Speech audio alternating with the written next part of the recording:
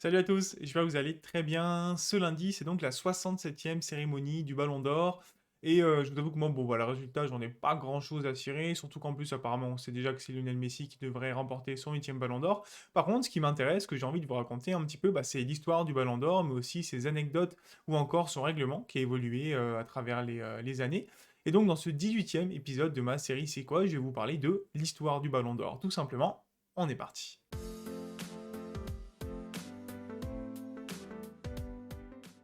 Avant de commencer, comme d'habitude, je vous mets toutes mes sources en description et n'hésitez pas à liker la vidéo, la partager et aussi vous abonner à la chaîne, c'est le mieux que vous puissiez faire pour m'aider.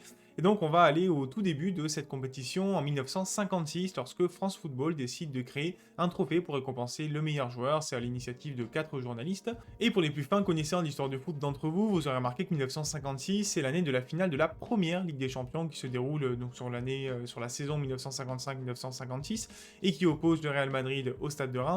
C'est pas une coïncidence parce que le Ballon d'Or initialement il récompense uniquement un joueur européen qui joue dans un club européen.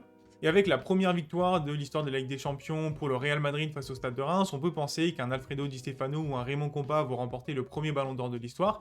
Eh bien non, il termine deuxième et troisième de la cérémonie. C'est un Anglais qui remporte le premier Ballon d'Or de l'histoire, Stanley Matthews, qui joue dans le club de Blackpool, qui est pas n'importe qui à l'époque, deuxième du championnat d'Angleterre en 1955-56.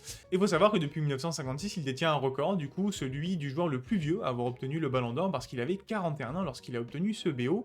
À côté pour Di Stefano et Raymond Kopa, bon bah ils vont pas attendre très longtemps pour remporter leur premier Ballon d'Or puisqu'ils vont se partager les trois suivants, 1957 et 1959 pour Di Stefano, 1958 pour Raymond Kopa.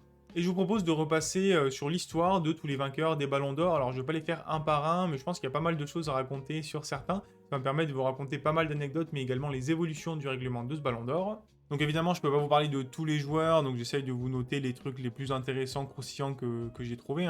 Et donc pour commencer, est-ce que vous saviez qu'un certain Luis Suarez, joueur du FC Barcelone, avait remporté le Ballon d'Or? Évidemment, je ne parle pas de l'Uruguayen qui a joué récemment au Barça, mais de son homologue espagnol qui était joueur du Barça en 1960 et qui a donc remporté un Ballon d'Or en tant qu'Espagnol.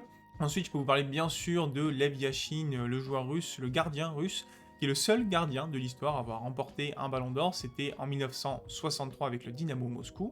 Il faut savoir que c'est à partir de 1963 qu'on parle réellement de Ballon d'Or, l'appellation est employée pour cette saison-là seulement, et puis ensuite, comme elle fonctionne bien, eh bien, elle est conservée pour la suite. Avant, on parlait seulement de joueur de l'année. Après, forcément, petite mention d'abord à Eusebio qui a remporté son seul BO en 1965, star portugaise qui est à mon avis un petit peu sous-cotée quand on parle des plus grands joueurs de l'histoire, notamment du XXe siècle. Évidemment, petite mention à Bobby Charlton, le joueur anglais qui a remporté donc le Ballon d'Or en 1966 après la Coupe du Monde qui est décédé donc très récemment, la légende de Manchester United et des Anglais. Je remonte un petit peu ensuite jusqu'en 1971 où Johan Cruyff remporte son premier Ballon d'Or, mais finalement c'est ces deux suivants qui sont plus intéressants. D'abord parce qu'en 1973, il devient le premier joueur à remporter un Ballon d'Or sur une année en ayant changé de club à l'été 1973 puisque il est passé de l'Ajax au FC Barcelone, et aussi parce qu'en 1974, il devient le premier joueur à remporter 2 Ballons d'Or consécutifs et également 3 Ballons d'Or tout court.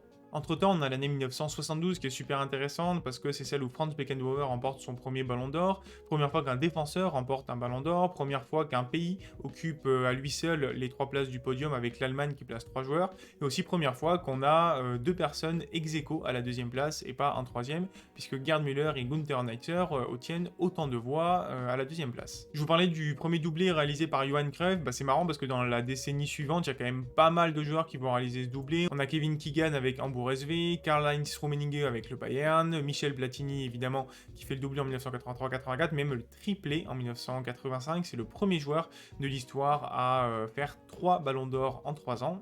Entre-temps, on a l'année 1982 qui est assez spéciale déjà quand on voit le top 3, mais surtout Paolo Rossi qui remporte donc son unique ballon d'or suite à sa superbe Coupe du Monde en 1982 en Espagne où il marque 6 buts en 3 matchs de poule, Coupe du Monde remportée par l'Italie bien sûr.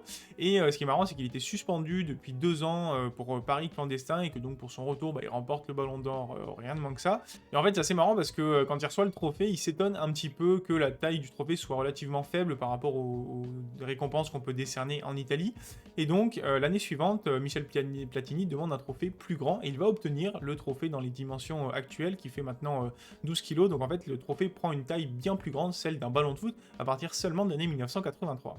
Ensuite, je vous amène à la fin des années 80 pour la consécration de Marco Van Basten qui remporte un doublé donc en 1988 et 1989. Et c'est aussi la consécration pour l'AC Milan qui place pour 2 années consécutives 3 joueurs sur le podium du Ballon d'Or, avec d'ailleurs 5 Néerlandais au total et seulement un Italien, Franco Baresi. Bref, le Milan était trop fort à l'époque. Et enfin, 1991, c'est une année de première parce que pour la première fois, un club français a un joueur qui obtient le Ballon d'Or avec la consécration pour Jean-Pierre Papin. Et c'est aussi la première fois qu'on a un triple ex-aequo à la deuxième place avec 3 joueurs qui obtiennent autant de votes. Par contre, il faut savoir que la somme des votes de ces 3 joueurs était toujours inférieure au nombre de votes qu'avait obtenu Jean-Pierre Papin, 141 contre 3 fois 42.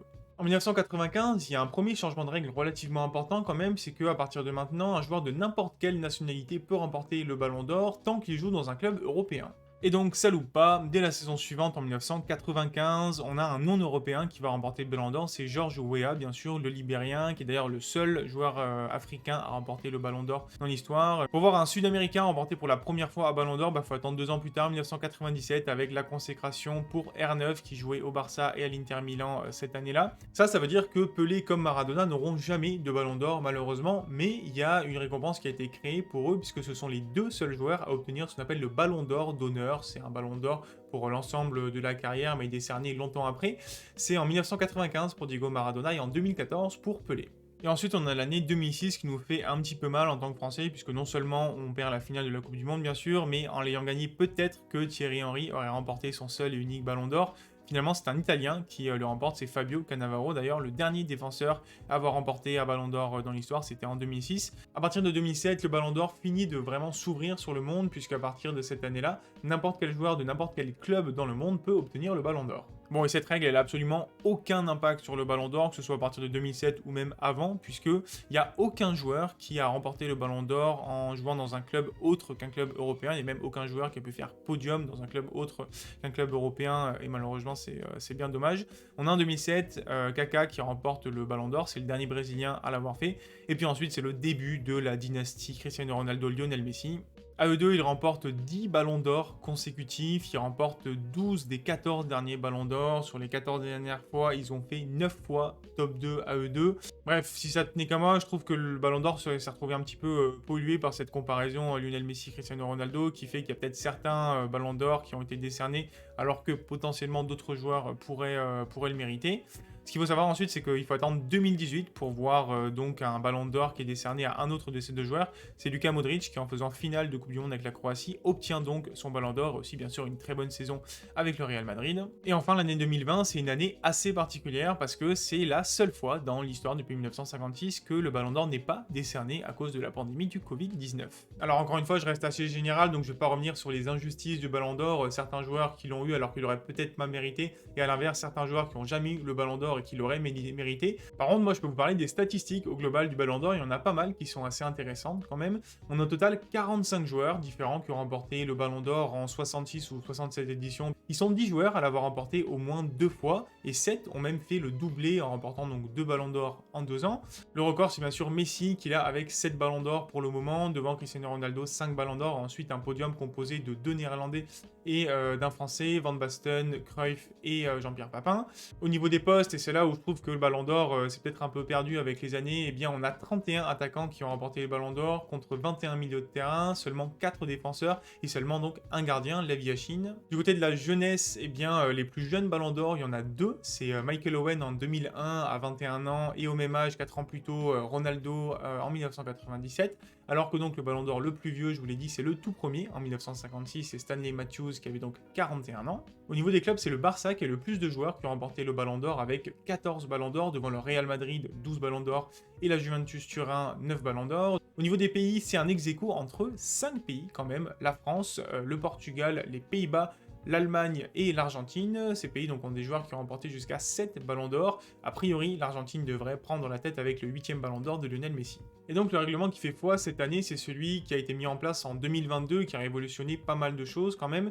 Déjà, on fait plus le ballon d'or sur une année civile, mais sur une saison complète. Donc là, le ballon d'or 2023, il récompense le meilleur joueur sur la saison 2022-2023. Il n'y a plus que 100 journalistes qui vont participer au vote, un par pays dans le top 100 du classement FIFA. La liste des 30 joueurs et des 20 joueuses pour le Ballon d'Or féminin, elle est établie par Didier Drogba, qui est ambassadeur du Ballon d'Or, mais également 2 journalistes qui sont choisis.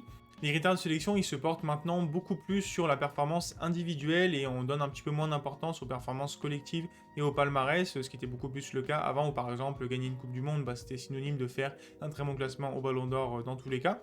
Le trophée en lui-même aujourd'hui, il fait 31 cm de haut pour 23 cm de large et 23 cm de profondeur. Sa dernière version, elle a évolué en 2003 pour le Ballon d'Or de Pavel Nedved. Et il faut savoir que c'est un Ballon d'Or qui n'est pas fait en or, tout simplement. Il est fait de 2 demi-sphères en laiton avec un bloc de pyrite, qui est un minéral qu'on associe souvent à l'or, mais ce n'est pas de l'or. Et je vais terminer avec les autres trophées qui ont été créés en marge du Ballon d'Or, parce qu'il y en a beaucoup maintenant. Ça a commencé en 2018 avec un trophée que moi je trouve très important, c'est celui du Ballon d'Or féminin, donc l'homologue du Ballon d'Or masculin, qui a été remporté pour la première fois semi-cocorico par Ada Egerberg, la Norvégienne, mais qui jouait à l'Olympique Lyonnais. En 2019, c'est Megan Rapinoe qui a remporté le Ballon d'Or, et en fait, c'est la seule et unique fois, tout Ballon d'Or confondu, qu'une joueuse ou un joueur d'un club non européen l'a remporté, puisque elle jouait aux USA, au Seattle Reign Football Club. Voilà, c'est assez important pour le noter. Et depuis 2 ans, eh bien, c'est l'Espagnole Alexia Putellas qui a remporté le Ballon d'Or et qui est donc la première à faire le doublé. Parmi les autres trophées qui ont été créés récemment, il y en a certains, moi je trouve que c'est presque des compensations parce qu'il y a des joueurs à qui on ne peut plus décerner le Ballon d'Or. Je pense forcément au trophée Yashin du meilleur gardien qui a été intronisé en 2019. On a le trophée Copa du meilleur jeune de l'année qui a été intronisé en 2019. Lui, je trouve qu'il a plutôt de l'intérêt.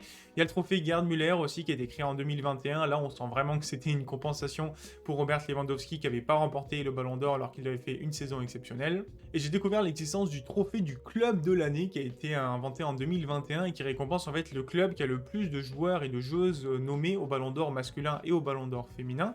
Il y a aussi le trophée Socrates qui a été intronisé la saison dernière et qui a été remporté pour la première fois par Sadio Mané, le Sénégalais, qui en fait récompense l'engagement social des footballeurs professionnels, donc je suis pas très étonné que Mané l'ait remporté. Et enfin, donc il y a le Ballon d'Or d'honneur qui a été décerné seulement 2 fois pour Maradona et pour Pelé, c'est bien sûr un Ballon d'Or honorifique. Et voilà, je m'arrête là sur tout ce que je voulais vous dire sur le Ballon d'Or. Il y avait pas mal de choses assez croustillantes à raconter, sans forcément parler du coup de la cérémonie de cette année. J'espère que ça vous aura plu, en tout cas que vous aurez appris pas mal de choses. Comme d'habitude, n'hésitez pas à liker la vidéo, la partager, vous abonner à la chaîne également, c'est le mieux que vous puissiez faire pour m'aider. Moi, je vous pose une petite question, voilà, où j'ai envie d'avoir votre avis. Qu'est-ce que vous pensez du Ballon d'Or aujourd'hui? Est-ce que vous pensez qu'il est un peu galvaudé par rapport à son objectif initial, ou est-ce que c'est toujours une cérémonie que vous suivez avec attention? Répondez-moi en commentaire, et moi je vous dis à très bientôt pour parler foot. Ciao ciao.